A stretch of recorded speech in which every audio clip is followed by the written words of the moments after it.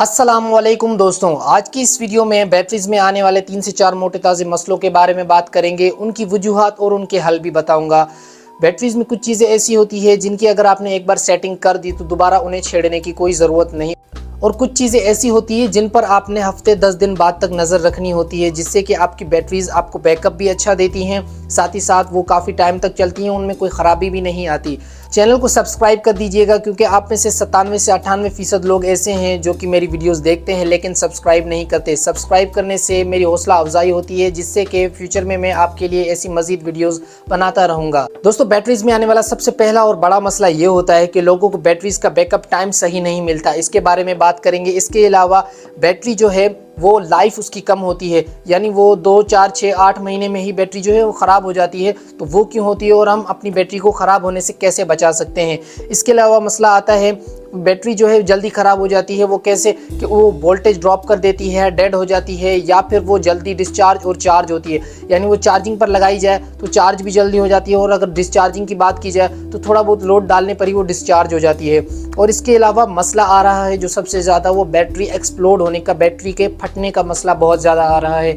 इसकी कंप्लेंट्स बहुत ज़्यादा आ रही हैं। तो वो क्यों आती है, इन तमाम मसलों के बारे में आज की इस वीडियो में मैं आपको डिटेल में बताने वाला हूँ। साथ ही साथ इन मसलों के हल भी बताऊँगा और इनकी कुछ वजूहात है वो भी डिस्कस करेंगे। दोस्तों, बैटरीज के मामले में सबसे पहली और बड़ी की जाने वाली गलती तो ये होती है कि काफ़ी जगहों पर मैंने देखा है सोलर पैनल्स को डायरेक्ट कनेक्ट किया होता है बैटरीज के साथ। तो दोस्तों, ये आपने बिल्कुल नहीं करना, कभी भी नहीं करना। बगैर कंट्रोलर के बैटरी को सोलर पैनल के साथ कनेक्ट नहीं करना चाहिए, क्योंकि सोलर पैनल्स के एम्पेयर्स और वोल्टेज डिफरेंट होते हैं और बैटरीज के वोल्टेज और एम्पेयर्स डिफरेंट होते हैं। कंट्रोलर के बगैर आप उन्हें मैनेज नहीं कर सकते, तो इसीलिए आपने कभी भी ये गलती नहीं करनी, सोलर पैनल्स को डायरेक्ट बैटरी के साथ जो है वो कनेक्ट नहीं करना। इसके बाद दूसरा बड़ा मसला आता है कि उनके वोल्टेज और एम्पेयर्स लोग अच्छे से सेट नहीं कर पाते। इस पर मैंने डिटेल में वीडियो बनाई हुई है, वो आप अगर विजिट करके देखना चाहते हैं तो चैनल विजिट करके भी देख सकते हैं। इस वीडियो के एंड में भी वो आपको वीडियो मिल जाएगी। लेकिन अभी मैं आपको सरसरी बता दूं कि अगर ट्यूबुलर बैटरी है तो आपने 14.4 से 14.6 वोल्ट रखने हैं उसकी चार्जिंग के लिए, और अगर सादा बैटरी है तो 13.7 वोल्ट रखने हैं। और एम्पेयर्स के मामले में यहाँ पर आपने बैटरीज के एम्पेयर्स के 10% यूज़ करने हैं, यानी अगर 100 एम्पेयर की बैटरी है तो आपको उसे 10 एम्पेयर से चार्ज करना है, या ज़्यादा से ज़्यादा 12 या 13 एम्पेयर से आप उसे चार्ज कर सकते हैं। इससे ज़्यादा एम्पेयर्स देके आपने बैटरी चार्ज नहीं करनी। तीसरी बड़ी गलती ये होती है कि बैटरीज को हेवी लोड से डिस्चार्ज किया जाता है, यानी उसके एम्पेयर्स के हिसाब से उसे ज़्यादा लोड दिया जाता है। तो दोस्तों, मैं आपको बता दूं कि हर बैटरी की कैपेसिटी के हिसाब से उस पर लोड दिया जाता है, उससे एम्पेयर्स विड्रॉ किए जाते हैं, उससे एम्पेयर्स लिए जाते हैं। अगर आप उसकी कैपेसिटी के मुकाबले ज़्यादा एम्पेयर्स उससे खींचेंगे, ज़्यादा एम्पेयर्स इस्तेमाल करेंगे उसके, तो दोस्तों ऐसे में वो तेज़ाब वाली लेड एसिड बैटरी जल्दी ख़राब हो जाएगी। इसी जगह पर अगर लिथियम बैटरी होगी तो वो अपने एम्पेयर्स के 100% पर भी काम कर सकती है। तो अभी हम लेड एसिड बैटरी यानी तेज़ाब वाली बैटरीज के बारे में बात कर रहे हैं, तो इसीलिए अभी इसी टॉपिक को लेकर चलेंगे।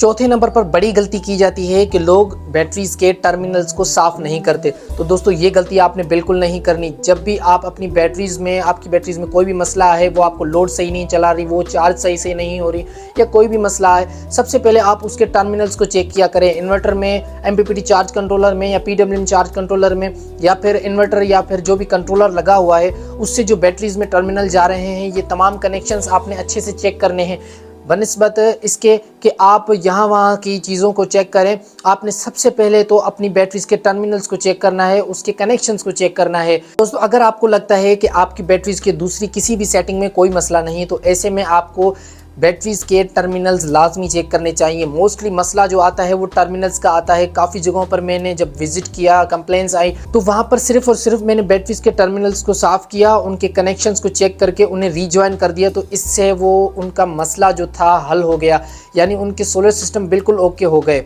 इसके बाद मसला आता है कि मोस्टली मैंने लोगों को देखा है नमकीन, जो कि हमारे ज़मीन का पानी होता है, या फिर कहीं का भी कोई भी हाथ उनके पानी लगता है तो वो बैटरीज में चढ़ा देते। तो दोस्तों, ऐसा आपने बिल्कुल भी नहीं करना। अगर आप खर्च नहीं करना चाहते तो ऐसे में आप किसी भी बंदे से AC का पानी ले लें। लेकिन मार्केट में भी आजकल ऐसे पानी आ रहे हैं जो कि AC के पानी से भी ज़्यादा जो ख़राब हैं।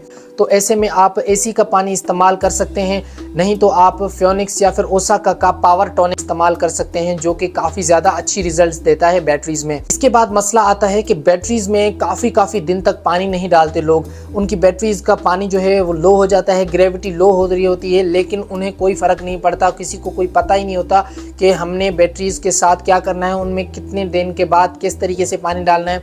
इसका तरीका ये होगा कि आपको हर कुछ 10, 15 से 20 दिन बाद बैटरीज का पानी खुद से चेक करना होगा। इससे आपको पता लगेगा कि आपकी बैटरीज का पानी मुकम्मल है या नहीं। अगर आपकी बैटरीज में पानी कम हो चुका है तो ये एक खतरे की घंटी है, यहाँ पर आपने बैटरीज के पानी को लाजमी मेंटेन करना है। इसके बाद मसला आता है कि बैटरी की लोकेशन किसी ऐसी जगह पर तो नहीं रखी जहाँ पर ज़्यादा गर्मी है, या फिर वहाँ पर जो है आप बिल्कुल बंद जगह है जिसकी वजह से उसके एनवायरनमेंट में सल्फ्यूरिक एसिड के जो फ्यूम्स हैं वो ज़्यादा बढ़ जाएँ। तो ऐसे में भी दोस्तों बैटरीज जो हैं वो एक्सप्लोड हो जाती हैं, उनमें शॉर्ट सर्किट होता है और मोस्टली बैटरीज जो है वो गर्म होती हैं और बैकअप भी अच्छा नहीं दे पाती। तो ये आपने ख्याल रखना है, जहाँ पर भी आपने बैटरीज रखी हुई हैं वहाँ पर ज़्यादा गर्मी नहीं होनी चाहिए, वो ज़्यादा जगह बंद नहीं होनी चाहिए, हवादार जगह होनी चाहिए, वेंटिलेशन होनी चाहिए, जिससे कि वहाँ पर हवा की सर्कुलेशन रहे और आपकी बैटरीज जो हैं उनमें कोई मसला ना आए। इसके बाद मसला आता है कि बैटरीज की कैप्स जो होती हैं वो लोग टाइटली बंद कर देते हैं, तो आपने ऐसा भी नहीं करना, उनकी कैप्स में थोड़ी बहुत जगह छोड़नी है ताकि अगर वहाँ पर हाइड्रोजन के फ्यूम्स निकलना चाहे, सल्फ्यूरिक एसिड के फ्यूम्स निकलना चाहे तो वो एक्सक्लूड हो सके। वो अगर वहाँ पर जमा होते रहेंगे बैटरीज के अंदर ही तो ऐसे में बैटरीज का एक्सप्लोड होने का भी खतरा होता है, बैटरीज गर्म भी हो जाती हैं और मोस्टली बैटरीज जो हैं वो जल्दी डेड हो जाती हैं। तो दोस्तों इन तमाम चीज़ों के बारे में आपने ख़ास ख्याल रखना है, क्योंकि इन तमाम मसलों से ही आकर एक बड़ा मसला बैटरीज में क्रिएट होता है। वो ये होता है कि बैटरीज के अंदर ही शॉर्ट सर्किट होता है, जिसकी वजह से मोस्टली बैटरीज अपने वोल्टेज ड्रॉप कर देती हैं, या फिर वोल्टेज बहुत ज़्यादा बढ़ा देती हैं, या फिर एक्सप्लोड होती हैं, या फिर उनकी लाइफ जो है वो जल्दी कम हो जाती है, यानी वो पहले 2 या 4 या 6 महीने में ही बैटरी ख़राब हो जाती है। तो दोस्तों ये थे बैटरीज के कुछ मसले और उनकी वजूहात और उनके हल। अगर आज की वीडियो आपको पसंद आई हो तो वीडियो को लाइक और अपने दोस्तों के साथ शेयर लाजमी कीजिएगा। चैनल पर नए थे तो सब्सक्राइब कर दीजिएगा। मिलते हैं अगली इन्फॉर्मेटिव वीडियो में, तब तक के लिए अल्लाह हाफिज़।